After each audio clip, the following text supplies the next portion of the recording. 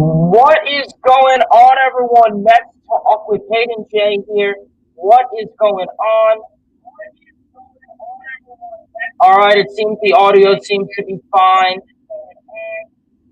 Let's just see for 1 second if the maybe not. We'll have the other microphone. Give me 1 minute, guys. All right. That sounds much more crystal clear. So, everyone, in today's stream, we are going to be going over the New York Mets. How about the Mets, baby? They are doing phenomenal. I was going to come on this stream with a broom, but it's downstairs, and I kind of forgot all about that because of how elite the New York Mets are playing. But what's going on, everyone? Mets Talk with Hayden is the name. Hope we are all doing extremely well. I am most certainly doing well because the New York Mets are playing good baseball. So how can you not be excited about that? In today's stream, we are going to be going over the New York Mets and the Washington Nationals series summary. Then we are going to be transitioning into the New York Mets and the Los Angeles Dodgers series preview. We got a lot to cover on there.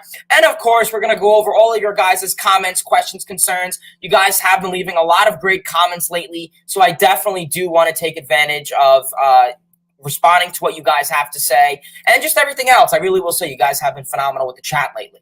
So let's stop wasting any more time and let's take a dive into the New York Mets.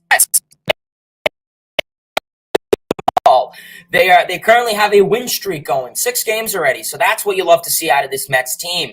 But let's get into it. Let's stop wasting any more time. Getting into game 1, the New York Mets slaughtered the Nationals in a 13-5 win. Obviously, taking a look, we had David Peterson on the bump for the New York Mets. And David Peterson had an okay start. Nothing crazy. I was kind of hoping that he would really have an elite start against a rough Nationals team. But they have a nice offensive core, don't get me wrong.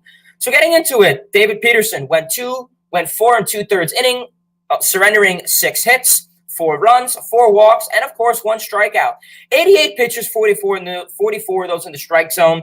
Biggest thing about David Peterson is he really pins the strike zone, and I think nowadays, with umpires being really hard and aggressive, he's not going to get those calls. So he is the guy that will pin the strike zone. So I think that's the biggest thing for David Peterson is try and stop pinning the strike zone. But otherwise, adequate start, ground ball pitcher. He got into a couple jams, but I mean, Peterson's been known to really get himself into jams. Allow 2 leadoff, walks or 2 leadoff hits or whatever. Have no outs, but he simply enough just gets out of it with little ground ball contact, maybe a strikeout, and then really just get himself out of it. So tip of the cap to David Peterson. Following that, Colin Holderman came in, 1 1/3 inning, 2 hits, a run, first run ever given up by him, and a strikeout. Good outing there. Jason Shreve came in, an inning, 1 strikeout. Good outing out of Shreve. And then, of course, Steven Agosic, a.k.a. Keith Hernandez, came in for 2 innings, surrendering 2 hits, and, of course, a walk to close out this ball game. Huge game for the New York Mets. Offensively, this team was really on a roll, and they really started it in the first inning. Obviously, David Peterson struggled in the first inning, giving up 3 runs. But the Mets have a tendency this season to give up a couple runs in the first inning or whatever inning, and then immediately following that, they put 5 runs on the board. So that's been something the Mets have been very known to do this season. So I love it. But getting started in the first inning, Francisco Lendore had an RBI single to right to drive in Luis Guillorme. Following that, Jeff McNeil had a ground out to bring in Starling Marte. Going into the second inning, Nick Plummer had his first major league double to center to bring in Mark Canha. Following that, Luis Guillorme had an RBI single to bring in Nick Plummer. And then to clear things off in the second inning, Starling Marte had a 2-run homer. In the third inning, Marte got in on some more action, had a single to left to bring in Canha and Nito, a 2-run RBI single. Following that, Francisco Lindor had an RBI single to center to bring in Luis Guillorme. And then in the fourth inning, Nick Plummer had a 3-run homer to left center. Phenomenal there. Nick Plummer has really been showing off his stuff. He's been phenomenal. That tight swing, I just really that Conforto style swing, and that's crazy what you see in Nick Plummer. We are going to talk about that once I'm done recapping this. And then in the 8th inning, to put the cherry on top, my boy Big Meat Pete Alonso had a solo home run to center, 417 feet. And that swing there, that was 2019 all over it. That was a phenomenal, opposite field, dead center home run. So good to see out of Alonso. Overall, the offense was on fire this game. Pretty much everyone got a hit, but Jeff McNeil, unfortunately. Luis Guillorme going 2 for 4, Starling Marte going 3 for 4, Lendore 3 for 5, Alonso 1 for 4 with the walk.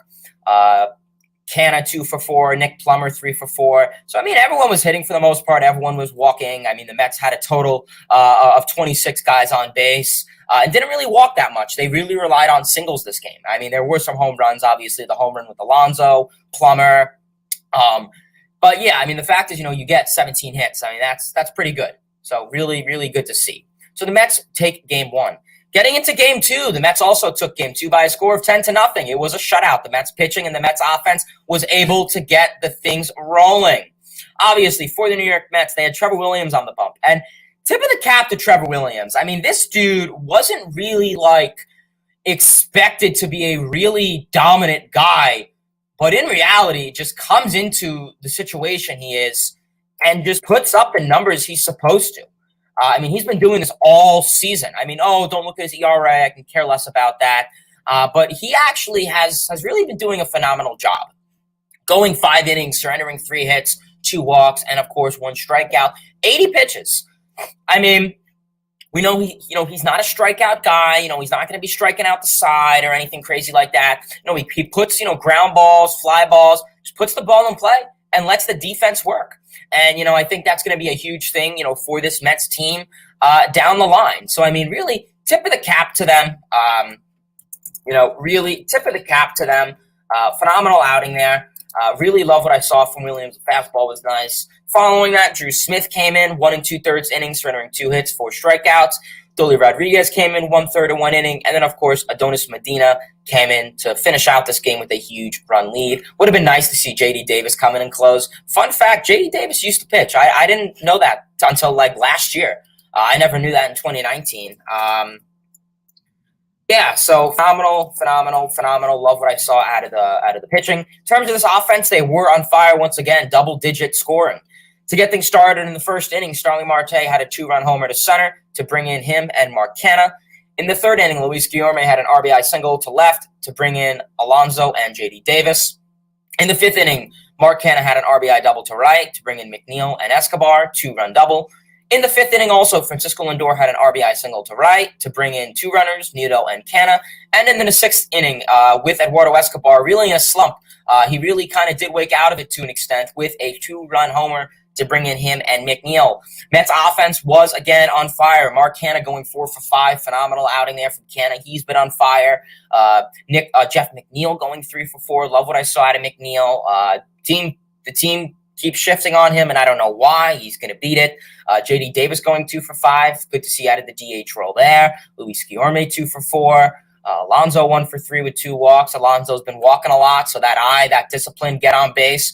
I know Alonso hasn't had much protection behind him with Escobar, but I really want to see McNeil batting behind Alonso, because if Alonso is going to be walking more, that's going to be scary, because you have a hitter behind him who's likely going to still drive him in. So really phenomenal outing there. So Mets won this game by a score of 10-0. The Mets pitching really shut down this Washington Nationals squad. Juan Soto really hasn't been on point lately. His batting average is down, to 227. So, that's pretty tough to see out of Soto. Definitely I would like to talk about him following, this recap and stuff. But yeah, you kind of feel bad for him, I will say. Getting into game 3 and the final game set of the series wasn't as interesting as the first 2 games of the series, but they got the job done. Carlos Cookie Carrasco was on the bump for the New York Mets. 5 innings, 4 hits, 5 walks, 5 strikeouts, 95 pitches. Wasn't the best outing for him. I will say he has had better outings, but he got the job done. So, in reality, who really gives a concern, I guess? The splitter slider was on point. He had his stuff connecting. Like I said, he wasn't on point, but he got the job done. He had a couple ground ball outs against G. Strange Gordon, which is not easy to do with his speed. So definitely the ground balls definitely helped bail him out. That was huge. So really, really good to see. Following that, Seth Lugo came in 2 innings, a hit, strikeout, 23 pitches, good outing there. Following that, Adavino came in. I don't know why you would put him in. I don't know. 1 inning, 1 hit, a walk, 2 strikeouts. Definitely bailed himself out of another horrible situation because he would have got heckled like heck. And then, of course, Edwin Diaz came in, not to save it, but originally was going to save it, but then they got some action in later on. But Edwin Diaz came in to clean it out.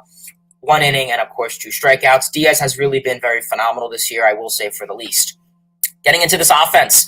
The offense got, Lee, a left-handed pitcher who's making his major league debut. You would have liked them to rough him up a little bit, but it's not always going to work that way. Get things started, Tomas Nido. It was the Tomas Nido Day show. Tomas Nido singled to center in the 4th inning to bring in J.D. Davis and Luis Guillorme. Following that, in the 7th inning, Francisco Lendore extends his RBI streak to 10 games by hitting a sac fly to center to bring in Nido. And then, of course, in the 8th inning, Tomas Nido put the cherry on top with an RBI double. Could have been a triple or even an inside-the-park home run if that was another runner who had speed to bring in J.D. Davis and Luis Guillorme. Mets win this ballgame 5-0. Mets take the 3-game series against the Washington Nationals and have a 6-game winning streak to go on. So that's what you like to see out of this team. Like I said, the Nationals are a bad team. Doesn't count. Good teams beat up on bad teams. You take wins. Take the wins. All that matters pretty much with baseball, all that matters is what happens in the end. That's all that matters. So take wins. Take the wins. You have a rough June coming up. You have some rough games coming up. Take these wins. These are wins that you're favorited to win. Take them. So that's really good to see out of there. So that was the New York Mets and the Washington Nationals series summary. Now, getting into the New York Mets and Los Angeles Dodgers series preview, the New York Mets definitely have a little bit of a challenge to come to head. They will be playing the Dodgers at home, or not at their home, but in Los Angeles at the Dodgers' home for 4 games. And I would be extremely worried, but the Dodgers just got swept by the Pirates, which that's something you don't see every day. That was the first time that has ever happened since 2000. So really crazy to see there that the Los Angeles Dodgers really struggle this series. So we'll see what they can get done. Obviously, they're looking to really have a big bounce-back series. For Game 1 tonight, it will be a 10-10 start. I know I really do hate the 10-10 starts, but hey, it's what you got to do. They will have Taiwan Walker on the bump for the New York Mets. Obviously, Taiwan Walker has been pretty phenomenal for the Mets this season. I know a majority of his starts have been against the Phillies. Besides that, he's only had 1 start against the Nationals, and now another start against the Dodgers, but really good to see him pitch against other teams. That's how it should be. It's really annoying to see pitchers pitch like 4 games against the same team. I know that happened with DeGrom and the Marlins in 2019. I mean, hey, it's great, but sooner rather than later, these teams are going to figure you out. So yeah. So, we'll see how things can go for there. But Taiwan Walker will be on the bump. 3-0 record, 2.83 ERA, 1.26 whip, 35 innings pitched, and of course, 19 strikeouts. The long ball has not been much of a concern for him lately. I know the barrels on long ball were a concern for him last year. Not at all. He's only 2 home runs given up this season, and for the most part, the light contact has definitely been there for him. So phenomenal outing there. I really will say from Taiwan Walker, he's really been holding down the fort for the Mets rotation. And obviously for the Dodgers, they will have Tony Gonsolin. Gonsolin, fastball pitcher, try to get to him as early as possible. He's a guy that will sink in. Look at his stats. He is primarily a bullpen arm, but he's been converted to a starter. It's what the Dodgers are trying to do with him. So we'll see. We'll see. That's going to be, in my opinion, a huge concern. Down the line, if they can try and get to him, he is definitely a really elite pitcher. You look at his numbers. So we'll see how that goes for him. Getting into Game 2. Tomorrow's game, 10-10 start also. We will have Chris Bassitt on the bump for the New York Mets. Obviously, Chris Bassitt is 4-2 on the season, 3.66 ERA, a 1.17 whip, 59 innings pitched with, of course, 60 strikeouts. The strikeouts have definitely been there for him. So that's really good to see out of our boy Chris Bassitt. He's really been getting the job done for the most parts. The home runs have definitely been there. 9 home runs, but luckily, try and keep him solo shots and, get the job done, I guess, for the most part. And of course, for the Dodgers, they will have the left-handed pitcher in Tyler Anderson. A little worrying. We know the Mets don't have the best numbers against left-handed pitching, and that's something that they are going to have to really try and work with. Mets were able to beat up on Corbin a little bit, but the Mets' numbers against left-handed pitching is definitely a concern.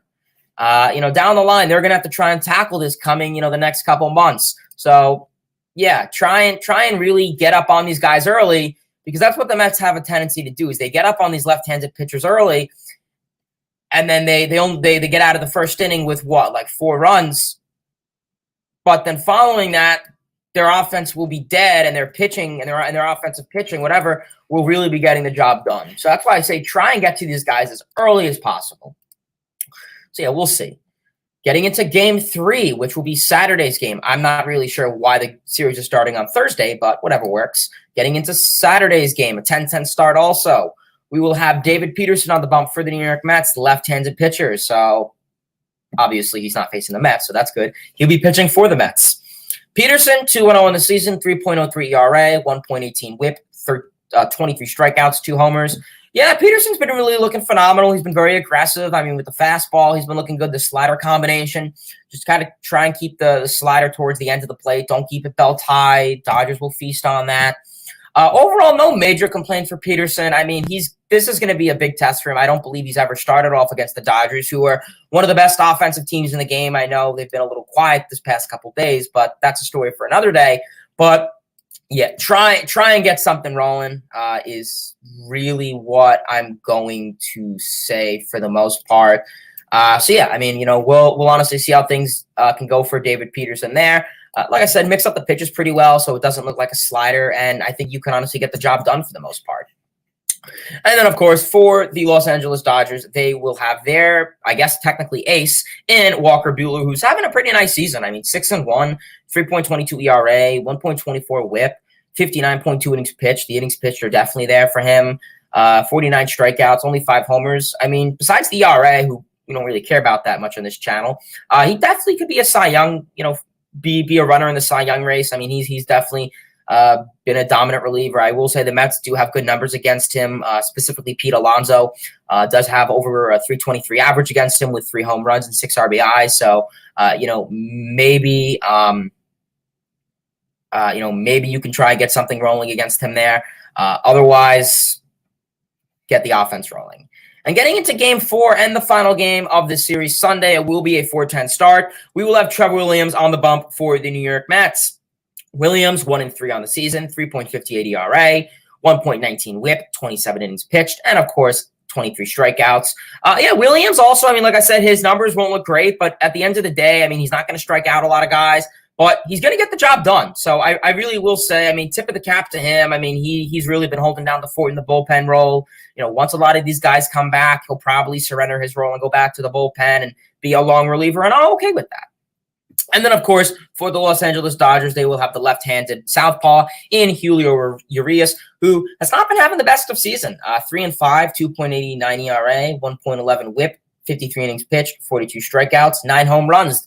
The long ball has been an issue for him, as you could tell. The barrels, the hard contact, the long ball has been an issue for him. He is a lefty slider pitcher. It's Alonso for you. So maybe Alonso could take him deep. We'll see. Win-loss record isn't favorited. I know he did lose against the Pirates a couple days ago. So we'll see how things go there. Obviously, Mets are coming into town with the best record in the National League with 35-17. Currently have a win-loss record of 16-9 on the road. Dodgers coming into the series 33-17, 15-8 on the road. The Dodgers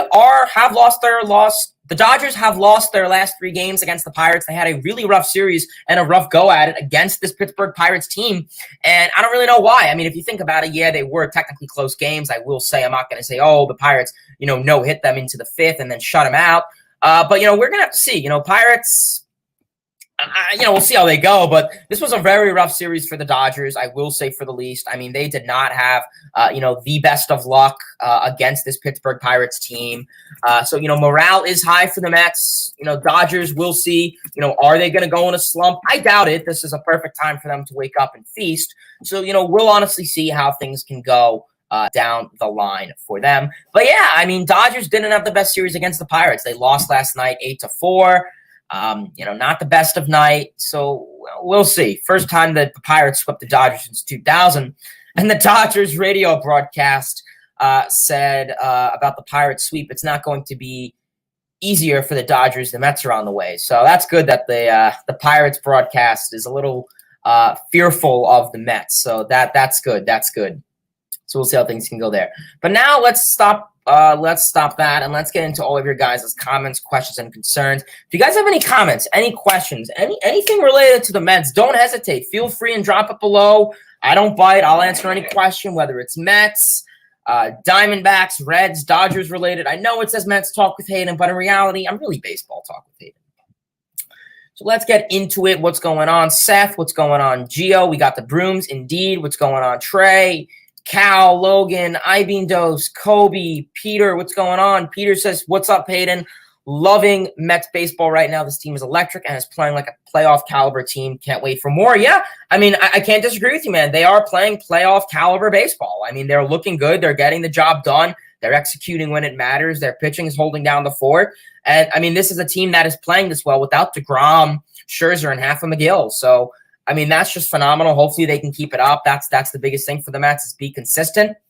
Otherwise, yeah, keep doing what you're doing, I guess. Michael, what's going on? Alex, what's happening? Trey says Lendore is going to be good. Lendore is going to be good from here out. He was a bit slower than Jeff, Mark, and Pete to buy into the Chavez Buck approach, but now that he has the sky is the limit for him. Yeah, I will say I think he definitely was a little bit slow for the season. I mean, he started off hot, got a little bit of a streaky stretch, had a rough couple series, and now he's really getting into it. That tight swing, the close, tight swing, I think has been phenomenal for him. Last year, that long swing, he's using the field, all parts, all cylinders of the field, left, center, right, and he's just hitting the ball well. He's hitting for contact. He has a good eye at the plate. He's not swinging at all these crazy pitches in the dirt, these crazy sliders in the dirt. So he's really just getting the job done, and he's executing at the plate. And yeah, I will say I think around him, the offense is Marte, Nimmo, Alonso behind him most likely. They're all helping him out. So it's helping Lindore's numbers the best way overall. Trey says now he can tap into his natural power instead of looking to cheat on the fastball and run one. Exactly. I will say Lendore has power. I mean, this is a dude who can probably hit 25, 30 home runs, which is what he's on pace for. So, we'll see, try and keep it up. I mean, he's on pace for it, but we'll see if it happens. That's the biggest thing. A lot of guys are on pace for something. So like ESPN said, Judge was on pace for 70 home runs. I don't think that's going to happen, but keep it up.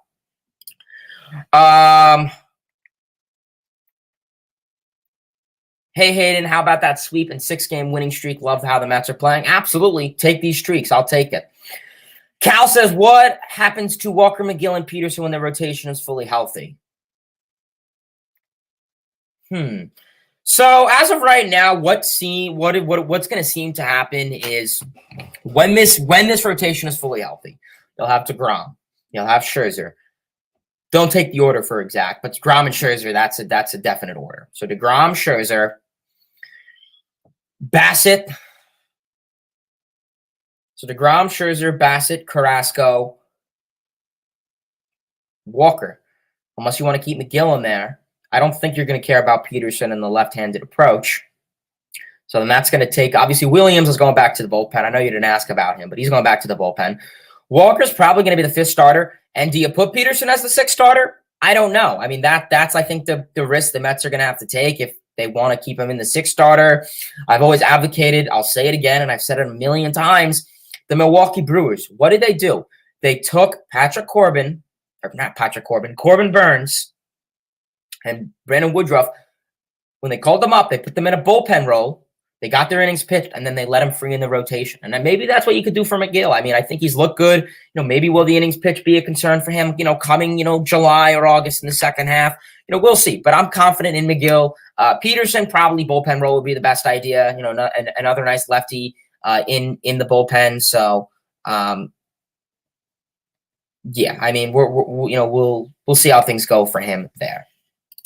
Adavino, what's going on, brother? Appreciate you tuning in, man. Adavino says, what are your thoughts on the pitch clock and shift for next season? So let's get into the shift because I think I could probably explain that better. So when it comes to the shift, I'm not against banning the shift. However, I think there should be limitations. I don't think we should be seeing Manny Machado hit, or I don't think we should be seeing Manny Machado playing third base in right field like we saw last year. I think that was in Texas, I think. Yeah, we shouldn't be seeing that. So I think there should be limitations, whether it's where a guy could shift, how many guys have to be on the outfield grass, something like that. But I don't think it should be banned. Maybe you have it like 2 guys have to stay in their position and 2 guys could move out of their position, but they have to stay on the dirt. That could be something to look into. I don't really know how MLB is what the rules are going to look like for the shift next year. Hopefully it's like good and it's not like, oh, they all have to stay in their position. They can only take 5 steps or something silly like that. So we'll see how MLB approaches that. When it comes to the pitch clock, I mean, I will say, like, there are some times where it's like, okay, let's get the game moving. Like, if your team is down by like 10 runs, it's kind of like, okay, let's get the game moving. But if it's like a 2-3 ball game in the in the 5th inning, it's exciting. For the casual, maybe it's boring, but for me, I'm a diehard. I will go to a 20-hour baseball game if I want to. So, pitch clock, I'm for. I think maybe it could speed up the game a little bit. Like there's pitchers out there who, look at their glove, look at the ball, look at the pit catcher. Oh, well, what's the sign? And maybe the pitch comm was a way to speed that up, but it seems a lot of teams are still having confusion with the pitch comm. So MLB definitely is going to have to work out with the pitch comm. There's some communication issues there where some catchers' pitch comms aren't working, so MLB is going to have to approach that and deal with that. And that's fine. They are. But yeah. So to answer your question, shift, I support banning it. Well, not banning it. I support limitations on the shift. Pitch clock, I support. Christopher, what's going on, man? He says, hey, LFGM, lunch break at work listening. What's going on, brother? Appreciate you tuning in. Christopher. Thomas, what's going on? He says, new viewer, just sub LFGM. Well, I appreciate it, Thomas. Tip of the cap to you, brother. I will not let you down. Absolutely, Thomas. Thomas is the GOAT, indeed. Kobe says, do you think Khalil can be an impactful player in the next couple years to come? Yeah, I mean, I definitely think Khalil has the potential to do something. I think the ground ball rate is going to be the biggest thing for him. Can Khalil combat the ground ball rate? I mean, it's going to be high. We know what we saw him last year in a small sample size at the MLB level, only ground balls. Yeah, he had a double, it was a ground ball down the line. But let him hit an A ball, let him hit in AAA, and then if he gets called up, you focus on the line drive mentality. I'm sure Chavez can definitely work with him. I'm not fully cognizant about the hitting coaches in the minor leagues. Maybe they could work out his approach, line drives. If he has speed, I don't mind the ground ball ratio. Like Marte has hit into a lot of ground balls this season, but he has speed. That's the thing. Where if it's a guy like, I don't know, Kenley Jansen, Alejandro Kirk from the Blue Jays, who has no speed, yeah, that's an issue. Connor says, could Nick Plummer's crazy pop keep him in the lineup? Yeah, I mean, if Nick Plummer's going to be hitting really well, it's possible. His swing is very identical to Conforto, I will say. Like, the swing and the way he stops it halfway, very identical to Conforto. I'm not going to sit here and say he's going to be Conforto, but he could definitely, be a really big asset. I think a lot of Mets fans thinking he'd have a bigger impact next season than this season, but you sent Dom Smith down, and we're going to get into that. I think someone asked about that, so I'll wait till that comment. But definitely Nick Plummer can definitely see more reps in this lineup. I think he could take over that, last year you had Kevin Pillar. I think he could definitely take open that role, but get more playing time because of his pop, because of his speed, because of his overall athleticism. So keep it up, Nick Plummer. Peter says Francisco Lendore has really stepped up big time. His numbers right now are pretty similar to his old numbers in Cleveland. Yeah, let's take a look at what he had. Let's look at his stats right now. So obviously we know Lindor has that 10-game RBI streak, which is tied with him and Piazza, so that's phenomenal. Will it end? We'll see. Lindor, 1.7 WAR, obviously 199 at bats, 52 hits, 8 homers, 261 average. Hoping to see 275 out of him, so he's in that ballpark. 345 OBP. in that ballpark. 442 slugging in that ballpark. OPS 787. Maybe get it up 20, 30 extra and you're good. OPS plus a 126. Yeah, I mean, the 43 RBIs are phenomenal. The 7 stolen bases. I mean, that's kind of what you like to see out of him. I mean, the OPS of 126, I mean, that's the second highest of his career. I mean, in 2018, he had a 132, but in Cleveland, I mean, 121, 106, 116, 132, 118, 104. So, I mean, those numbers are on par with what he had in Cleveland. So, I'll admit, I think he definitely, I'm not going to sit here and say he's underrated, but maybe Mets fans are shitting on him a little too much. I think it's the contract is the biggest thing for him. Like when people think that you're getting paid $341 million and you look at some of the other guys getting paid that, you should be putting up MVP numbers. You pretty much they think you should be going 4 for 4 every night. And that's impossible. No player is going to go 4 for 4. But definitely, I just think that's the mentality that a lot of people have for Lendore. I'll admit, I was wrong about Lendore. I'll apologize. I was wrong about Lendore. We'll see. He definitely is a streaky player, so we'll see down the line. But, yeah, I mean, keep it up, Lendore. Keep it up. I'll admit, I think he was a little late to the Eric Chavez and Buck Showalter approach, but he's hitting the ball. That tight swing has been better. He got rid of that launch, that long, nonsensical swing. So keep it up. That's all I'm going to say is keep it up. Seth, what's going on? Seth says, should Nick Plummer get more playing time? And if so, what role does he hold with now? So I definitely am for Nick Plummer getting more playing time. Right now, your outfield consists of Canna, Nimmo, and Marte. But you have the DH role. I have no problem with him batting because the defense isn't a worry for Plummer. I think he has a good glove. I'm not worried about his defense, his athleticism in the outfield. Let him focus on one position or one role, which is hitting. He's a good hitter. When we saw him in the minor leagues, I mean, this is the thing. I wasn't like crazy. I didn't know a lot about Nick Plummer because we got him literally this past offseason from St. Louis. And I mean, everyone was saying, oh, he's going to be Randy Arozarena too because the Cardinals screwed that up.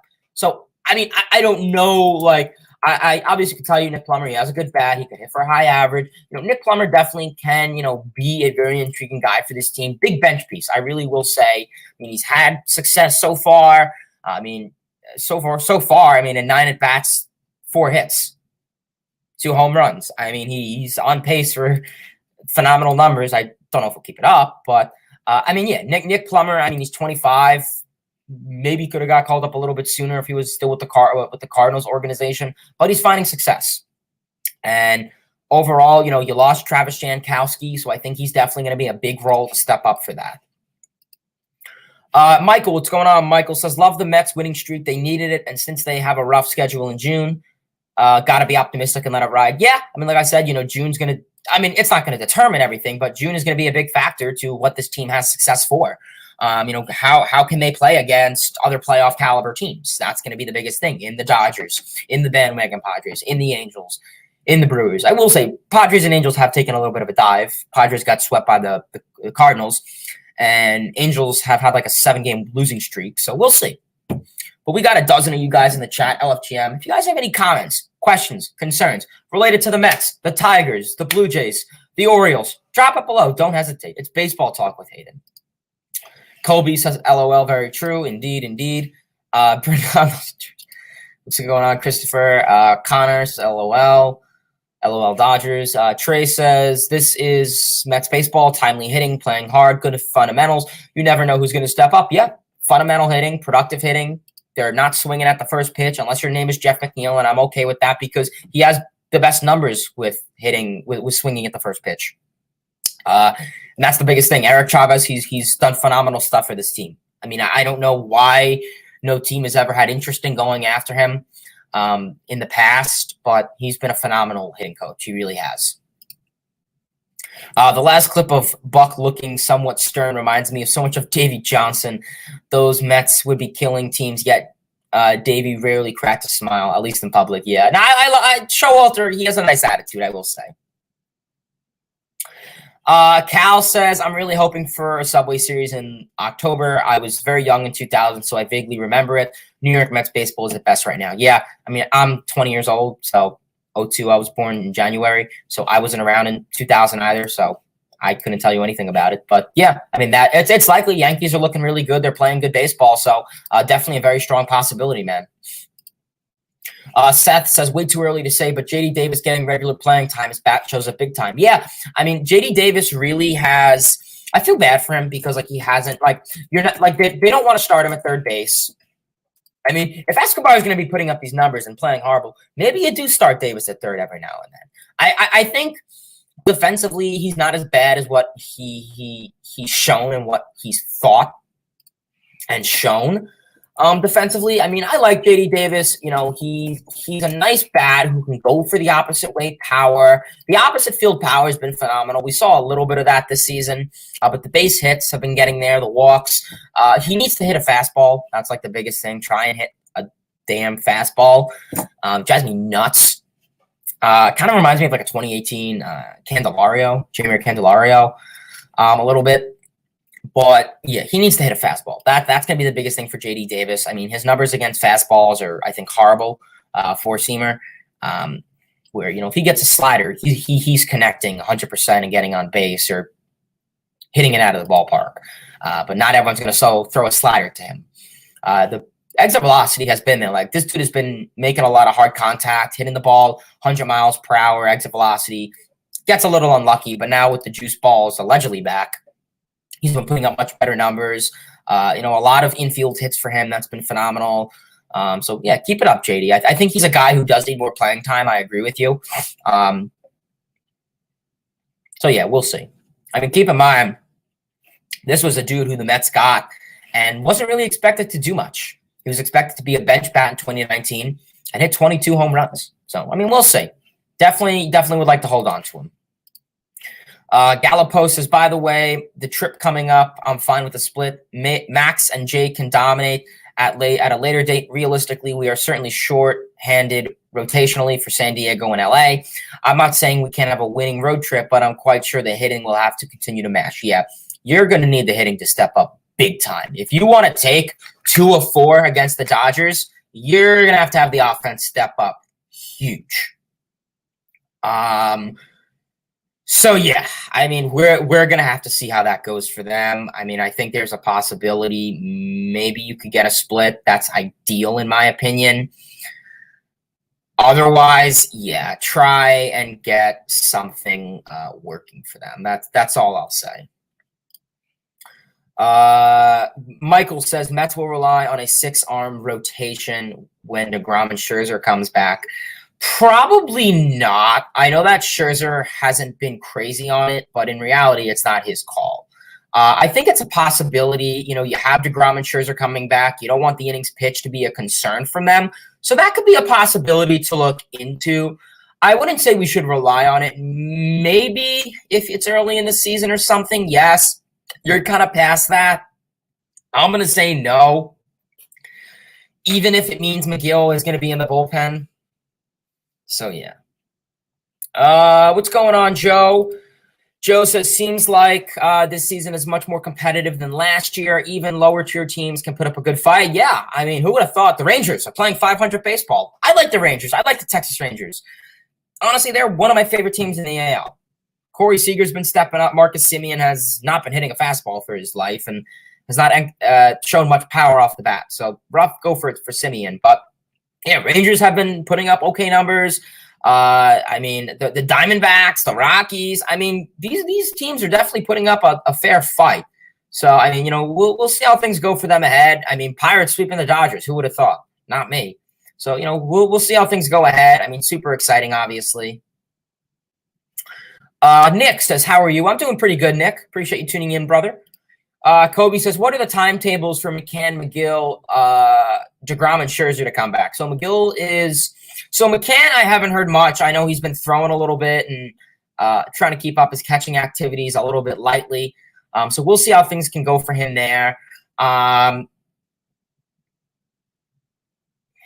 DeGrom, I heard that he's throwing. DeGrom's probably not going to come back for another month. He's going to need his spring training, build up the velocity and the distance.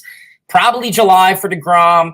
Scherzer, probably going to be the same pace for him. Mcgill, I'm hoping Mcgill, he threw some batting practice.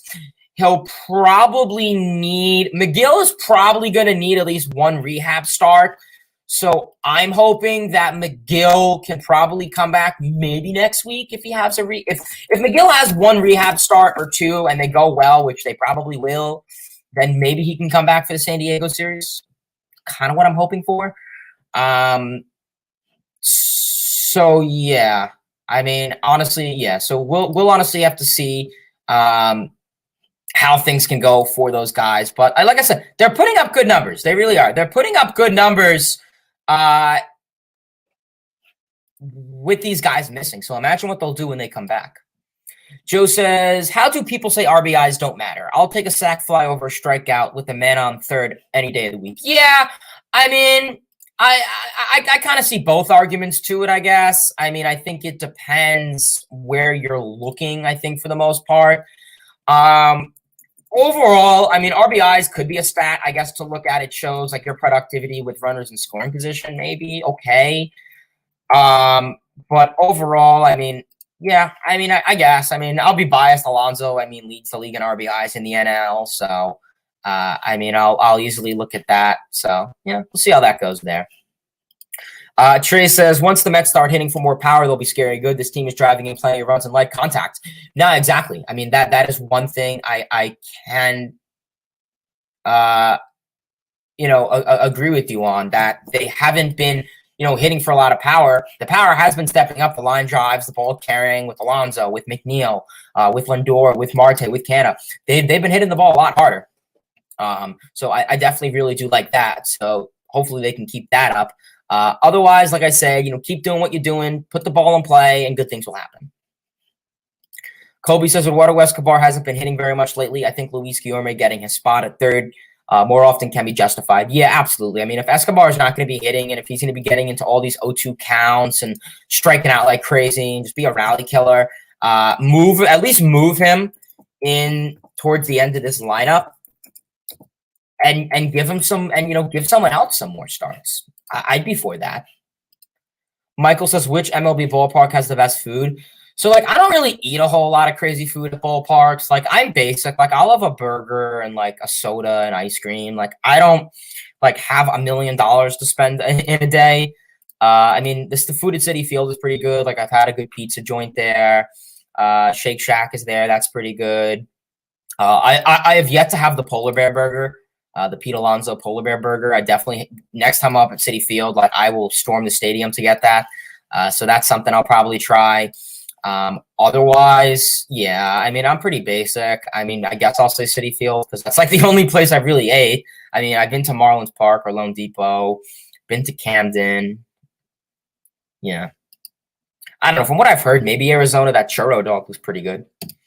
Seth says, good teams beat up on bad teams. The Mets are just bombarding the Nats in this series. Absolutely, Seth.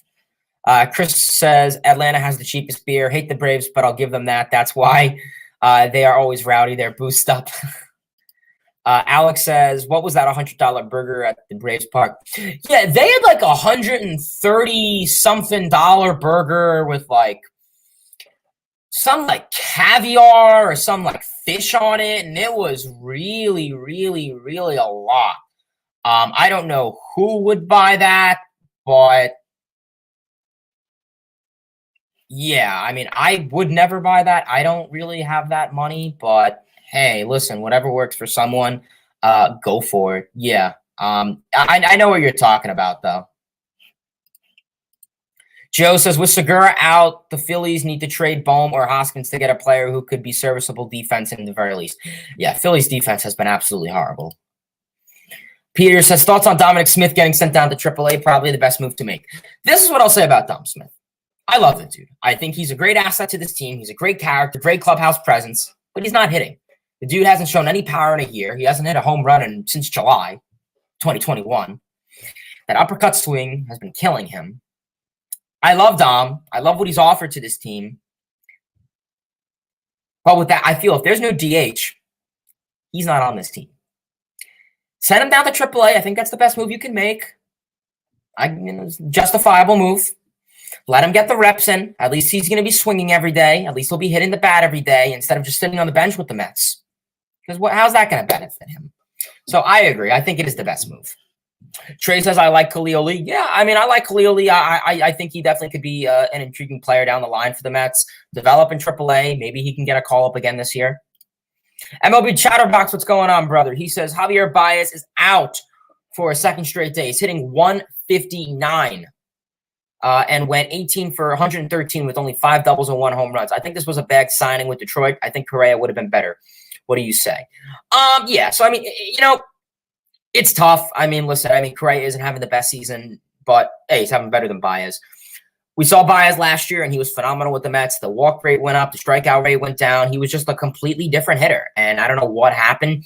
I think a lot of it is the Tigers hitting coach. A lot of this Tigers team isn't really hitting. We'll see. I think Baez could definitely be a second-half player. That's what he was with the Mets. He was horrible with the Cubs and elite with the Mets last year. So we'll see. I'm not crazy worried about Baez. You have him for plenty of more time. Same thing with Lendore. He was horrible last year. Obviously, yeah, Bias to Lendore's contract is nowhere near the same, but there's plenty of time down the line for them. I obviously wouldn't, panic just yet. I think they definitely have the potential down the line. Nick Plummer has been one of those prospects the Cardinals will be very sorry they gave up on, like Randy Rosarena. Yeah, I agree with you, Joe. I mean, obviously, it's still too early to tell, but, there's definitely a strong possibility that they can easily regret it. And if that possibility comes true, then awesome, phenomenal. But we'll see down the line. Definitely. We'll see how things go for them, I guess. Thomas says, "Who are the Mets' biggest threat to win the NL East?" The Braves. Kobe says, "In hindsight, it'll be good for Dom. He could play every day in Syracuse, and he's already proven he could hit in the bigs. Little setback, but it'll be fine." Yeah, I agree. I think getting those reps every day is going to be vital for him. Joe says, "I think Mets fans complain about Lindore's contract because they're stuck in the Will Pond mindset where one big contract clogs up the payroll. They need to realize we're now the rich boys on the street." Yeah, Joe. I mean, I agree. It's tough, when it comes to this, going from a team that won't necessarily spend a lot to a team that will be exceeding the payroll like insane. That's a hard thing to, swallow, I guess, for a lot of Met fans. I mean, 20 years old. I never would imagine in my lifetime $341 million in a contract. So, and, there's so many more contracts to come down the line for the Mets. Extensions, free agent signings down the line. So we'll see. I mean, I agree with you. I think the biggest thing for Lindor is the contract. I think that's why, like, if Lindor was making like 275 or 250, those numbers are on par. But 341, you're expecting a 300 average, 30 homers, 110 RBIs, a 150 WRC plus. It's not going to be the case, but yeah. Cal says, "Who is the Mets MVP for the month of May?" Probably Pete Alonso. The run creation has been phenomenal. Yeah. Michael says, "Pirates took the series from the Dodgers, so I'm not too worried about the weekend." Yeah, we'll see. I mean, Dodgers can easily show up now. This could be their big bounce back. So, we'll obviously have to see how things can go there. Electric Voltage, what's going on, man? I like that name. He says, "If the Phillies continue losing, doesn't it make sense for Bryce Harper to get the surgery now? Not trying to make a joke or anything. Generally curious on what the timetable is." Yeah, I mean, that's an intriguing question. I mean, right now you look at the Phillies, and they've had a little bit of a losing streak, but it's early in the season. Like, second half teams happen. If they make a move at the deadline, it'll be hard with their farm. They don't have much depth, but maybe they can make something with Dombrowski. I don't know. As of right now, I'd say no. I mean, I think he's on pace to try and win another MVP, try and really carry this team. I say no. Maybe if you get into August and they're just like, or September, and they're just like 10 games under and they're the Mets last year, maybe you go for it. I mean, it'll probably take him out for, I don't know what the timetable he'll be out for is, but it'll be a season-ending one. So that's an intriguing question. Like, I haven't really put much thought into that. I don't really think he'd ever want to do that. But as of right now, I'd probably say no. Trey says, "Nick Plummer was a top pick for the Cardinals, and they just suddenly let him go. I think the Cardinals are going to regret it. Plummer has a very quick swing." He does. Nice, quick, sweet swing, Conforto style. Gregory, what's going on? He says, "Hey, Hayden, first time, long time. Just want to say one thing, LFGM." Indeed, Gregory, I agree. Indeed, LFGM. Joe says, do you think the team's exit velocity is down because they put the ball in play more than any other team, so you automatically get a lot of doinks? Could be a possibility. I mean, the BABIP has been a little bit there for the Mets, so yeah, I mean, I'm not like crazy about the exit velocity. If this team gets on base somehow, I really don't care how they get on base. But yeah, you definitely would like this team to start, hitting for more power, more doubles. I mean, the triples have been there. We have a lot of speedy players. So, I mean, point is get on base. We have the speed to get on base with light contact, with Marte, with Nimmo, with McNeil. These guys have speed with Lendore.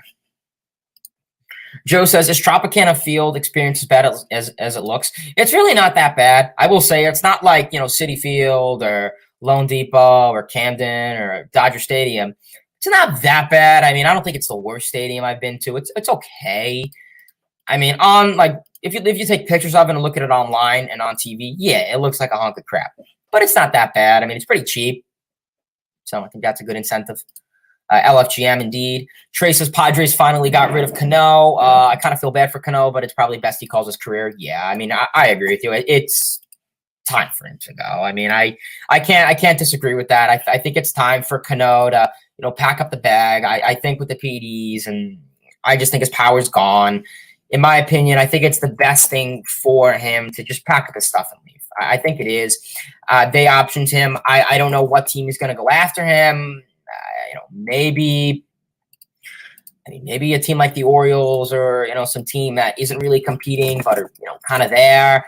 I mean, maybe a team brings him in as like a coach. I think that could be something. I think maybe like a coach. I think he definitely could have some involvement in, MLB, just not playing. So I think a coach could be something like a hitting instructor or some type of bench coach. I don't know. I think some type of coach could be nice for some team. Maybe like a AAA ball club or, like a team like the Diamondbacks who aren't really putting up the best numbers. Actually, the Diamondbacks are 500 this year, so they've actually been doing pretty good.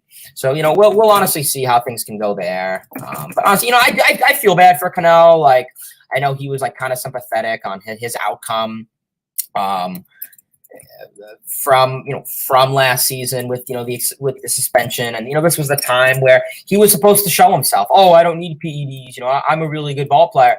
Well, unfortunately, that wasn't the case, and he choked, and that's what happened. And those are the risks you take when a lot of these athletes, baseball aside, but when any athlete takes an illegal enhancement drug, and then when they get off of it and their suspension is served, the after effects of it aren't good because your body is screwed up from it. So, yeah, it is really unfortunate that Cano took the route, but he made the decision.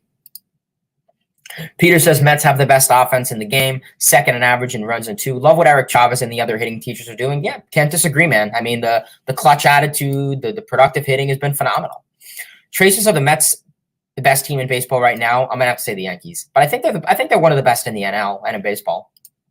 Joe says a little upset. I was looking forward to Cano hitting into a couple of inning double plays for the Mets. I mean, yeah, me too, man. I mean, just seeing this dude into double plays. I mean, I think that Cardinals comeback was huge because Cano did it into a double play, hit into a sac fly, so it only gave us one out. Think about it. Yeah, Cano has just not been. I feel bad for Cano. I really do. Like, I think what I respected about Cano, I mean, I don't think I respect him, but what I found good is that he didn't like make excuses about the steroids. Like when you see a lot of these guys like A-Rod or whoever get caught with steroids, they'd be like, oh, I had no idea. Oh, it must have been in my protein shake, or oh, someone must have gave it to me without me knowing. Cano didn't say that. Cano wasn't like, oh, I had no idea. This is fake. He straight up said, I want to apologize. I'm not here to make excuses, and I apologize for it. I respect that. I really do. I mean, I don't respect what he did, but I respect that he didn't decline it and he didn't BS it. Like you see all these athletes in any sport who get caught taking, steroids or enhancement drugs, and they'll be like, oh, I had no idea. I took this. Oh, my goodness. So that's good enough. So, yeah, if anyone else has any more comments, questions, concerns, anything related to the Mets, the Dodgers, the Phillies, the Braves, we got a lot coming on for the Mets. We got a huge series coming up against the Dodgers, the Padres. We got something huge coming up. So, Mets got to be consistent. That's going to be huge. If they can be consistent, take 2 or 4 from LA and you can get something good working. Like I said, anything more than a series split in LA, I'm considering that a big W. I mean, really. So that's what I'm going to say from this team. Try and get the job done. Try and be consistent, and good things will happen. I mean, that's how the Mets work. I mean, the offense is going to have to step up this series. The Dodgers offense, it's been quiet, but I could easily see it, being woken up. So, their offense is going to have to wake up. Their offense is definitely going to have to wake up. Absolutely, man. Please do. Their offense is definitely going to have to wake up. The offense is going to have to outdo the pitching because, with Peterson, some of these guys definitely can, maybe not put in, the best of numbers. So, yeah, we're going to have to see how things go. But otherwise, we're probably going to call it a stream here. I really do appreciate you guys for tuning into today's stream. As always, we're almost at the hour mark, so maybe I'll kind of rant off for 3 extra minutes. But I really do appreciate you guys for tuning in. You guys, the support in the channel has been nonstop. It's been phenomenal. I'm loving the support you guys have really been giving me on the channel. It's awesome. Mets, they've been playing well. And I know coming into this season, things were disappointing not disappointing, but of question, coming off of last year. Things are really of question. And I understand that. But you know what? They're playing well now. Enjoy it. Enjoy it. Enjoy it. That's all you could do. But I really want to appreciate everyone for tuning into the stream. I really do want to thank everyone as always. I want to thank everyone: Seth, Gio, Trey, Cal, Logan, Dos, Peter, Michael, Alex, Christopher, Connor. If I say your name twice, congrats. Michael, Connor, Cal, Galapos, Joe, Nick, Alex, MLB Chatterbox, my boy, Thomas, Electric Voltage. What's going on, everyone? I really do appreciate you guys for tuning into today's stream. As always, definitely love the nonstop support. It has been phenomenal. Definitely keep up the support. So, yeah, otherwise, really do appreciate you guys for tuning in. So, yeah, LFGM, 2 more minutes. I kind of want to, I do kind of like hitting the hour mark on here. So definitely going to try and succeed to that. But in today's stream, we went over the New York Mets and the Washington Nationals series summary. Then we talked about the New York Mets and the Los Angeles Dodgers series preview. We got a 4-game set. Game 1 is tonight at 10:10 with Taiwan Walker on the bump for the New York Mets and, of course, Tony Gonsolin on the bump for the Los Angeles Dodgers. Then we talked about, the Dom Smith situation, the Mets farm, Nick Plummer succeeding, Francisco Lendore succeeding. A lot of this Mets offense being hot. Questionable going into June. We'll see how things go there. And, of course, all of your guys' great comments, questions, and concerns. Definitely do appreciate you guys on that. Otherwise, that's all I got to say.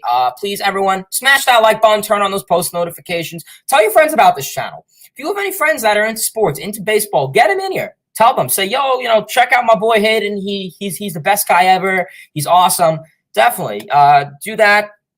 Hit that like button, subscribe. It's the best way to get out here. Make sure the like button is hit. If you have any comments, drop them below as always. Follow me on Twitter. Obviously, my Twitter is Mets Hayden. LFGM, turn on those post notifications so you never miss a stream or a video. I am possibly going to make a Mets farm system video, possibly. I'll give a little hint. It's probably going to be like some guys that can get called up this year, like a Budo or someone like that. So, we'll see how things go there. But otherwise, appreciate everyone for tuning in. Till next time, baseball fans, see ya.